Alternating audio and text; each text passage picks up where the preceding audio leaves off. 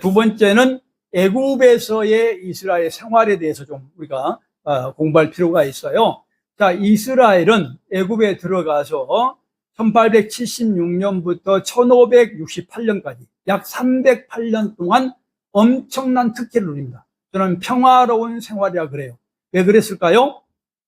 왜 그래요? 요셉 때문에요. 요셉의 공로가 유지됐다고요. 그래서 요셉이 죽은 이후에도 굉장히 18왕조가 세워지기 전까지 1568년까지는 엄청난 평화를 누렸습니다. 그러니까 이 책 저자처럼 노예 생활했다고 말하면 안 돼요. 틀린 말이에요.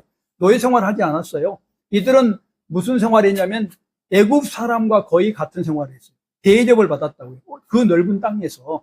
그렇죠? 그래서 어떻게 돼요? 이스라엘 민족이 급속하게 성장합니다. 수가 몇 만이 되어져요? 약 250만으로 성장해요. 3,000명이 들어간 사람들이 250만으로 성장을 합니다. 그래서 어떻게 돼요? 아까는 들어갈 때는 어땠어요? 남새서 들어갔죠. 조그만 도시. 근데 어디까지 넓혀버려요? 소위 말하면 고향으로 들어왔는데, 고향시로 들어왔는데, 경기도 전체를 자기 땅으로 만들어요. 이게 고센 땅 전역이에요. 고센 땅이라고 하는 것은 얼마나 크냐? 2,000평방제곱킬로미터예요. 자, 땅 평수로 6억 500만 평이에요. 6억 500만 평. 그러면 6억 500만 평이면 서울이 1억 8,300만 평이에요. 현재 서울의 3.3배예요. 서울 크기의 3.3배 땅을 누가 가진 거예요? 이스라엘 사람이 가진 거예요. 이 308년 동안에 그만큼 혜택을 받은 거예요. 엄청나게 애굽에서 큰 혜택을 받은 겁니다. 최소로 말할 때 그러면 1인당 몇 평이냐?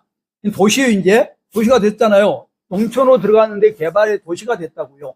그 개발을 이스라엘 사람도 했겠지만 애굽에서 지원했겠죠. 도시화 시켜버린 거예요. 그러니까 옛날에 고양시가 무슨 도시였어요? 농촌이었잖아요. 제가 대학 다닐 때 여기 차 마시러 왔어요. 보리밭, 밀밭. 그렇잖아요? 그런데 지금은 도시, 아파트 단지가 돼버렸잖아요. 도시화가 됐어요. 지금 이 300년 동안에 도시가 되면서 엄청난 땅, 6억 500만 평이라고 하는 땅을 이스라엘 민족에게 선물로 준 거예요. 애굽에서 전체가. 그러면 여기는 인당 몇 평이냐? 인당 242평이에요. 242평. 인당 도시 땅에 242평. 서울은 몇 평일까요? 인당? 서울이 지금 605평방제곱킬로미터예요. 인구가 960만이에요. 제가 나눠봤어요. 계산을. 19.1평. 서울에 있는 사람들은 평균 19.1평을 갖고 있어요. 19.1평을 넘은 사람은 다 부자예요. 지금 19.1평을 가진 것이 평균 정상이라고. 이 당시는 몇 평이었다고요? 최하 242평. 최대로 말하면 363평을 갖고 있었어요. 도시에, 농촌이 아니고 엄청나게 부자가 된 거죠. 애굽에서 지금 300년 동안 있으면서 400년 동안 있으면서 엄청나게 부자가 된 거예요. 이스라엘 민족들은. 이게 누구 덕분이라고요? 요셉 덕분이에요. 요셉을 그래서 에브라임 지파, 므낫세 지파가 출애굽에서 40년, 사사시대 340년을 완전히 요셉 지파 중심으로 산 거예요. 이게 왜 여호수아가 에브라임 지파 사람일까? 모세의 후계자가 왜 에브라임 지파 사람일까? 답이 금방 나와요.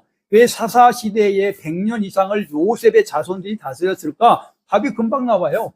이게 그만큼 요셉이라는 사람의 영향이 컸고 대단한 정치가였다. 물론 우리는 하나님을 믿는 사람이기 때문에 말을 하지 않아도 하나님의 은혜였다. 이것은 말을 하지 않겠어요. 나는 그 말을 자주 한 거 싫어해요. 값싸게 보여서. 하나님의 은혜를 함부로 쓰면 안 되죠. 하나님의 은혜를 말로 할 수 있는 거예요. 하나님의 은혜다. 십자가 죽었다. 이거 왜 자꾸 그 말을 해요? 그 말을 하는 순간부터 값이 떨어져요. 그냥 가만둬야 올라가는 것이 은혜라는 말이고 십자가라는 뜻이에요. 저는 그래서 이 말을 잘 하지 않는 거예요. 성경이 설교할 때도. 너무 높은 걸 어떻게 말해요? 요셉이 이런 역할을 했다. 여기까지는 제가 말할 말이 있어요. 이거 하겠다. 그래서 그렇게 말을 하고 있는 겁니다. 어쨌든 간에 서울에 비해서 19.1평인 서울 사람들보다 241평, 서울의 13배, 지금 서울 사람의 13배 땅을 애굽에서 선물로 받아서 발전을 했다는 것입니다. 자, 인구는 몇 만일까? 인구 계산도 제가 해봤어요. 어떻게 계산했냐? 성경에 나와 있어요. 20살부터 60살까지 남자, 민수기 때 몇만? 60만. 20대, 30대, 40대, 50대. 4개의 대가 60만이에요. 그건 60만을 4로 나누면 15만 명이죠. 그러니까 평균 잡아서 20대가 15만, 30대 15만, 40대 15만, 50대 15만이에요. 15만이에요. 그러면 20대 되기 전에 10대가 있을 거예요, 10대. 10대가 있고 0대가 있을 거 아닙니까? 0대, 10대, 20대. 0대는 아직 얘를 다 안 낳기 때문에 14만. 왜냐하면 15만은 10으로, 15만, 한 대가 10이니까 10으로 나누면 1년에 1.5만이 태어났단 말이 된단 말이에요, 평균. 그래서 0대는 그냥 10,000명 잡고, 0대는 아직 덜 태어났으니까 14만. 10대는 다 태어났잖아요? 15만. 20대, 30대, 40대, 50대가 각각 15만. 그렇죠? 60대도 15만으로 잡고 평균 연령. 70대는 죽었다고 생각하고 14만으로 잡았어요. 그렇죠? 그렇게 다 더해보니까 남자가 얼마나 나오냐면 118만이 나와요. 제가 계산기로 다 열심히 계산했어요. 제가 계산한 거예요. 118만이 나와요. 그럼 여자를 포함하면 대략 118만 곱하기 2 하면 얼마요? 236만이죠. 236만이에요. 성경에 보면 잡족이 있다고 되어 있어요. 출애굽할 때는 몇 명? 잡족을 몇 명 잡을까? 제가 14만을 잡았어요. 잡족은 왜 그러냐면 10대, 70대가 14만이잖아요. 그죠? 남자만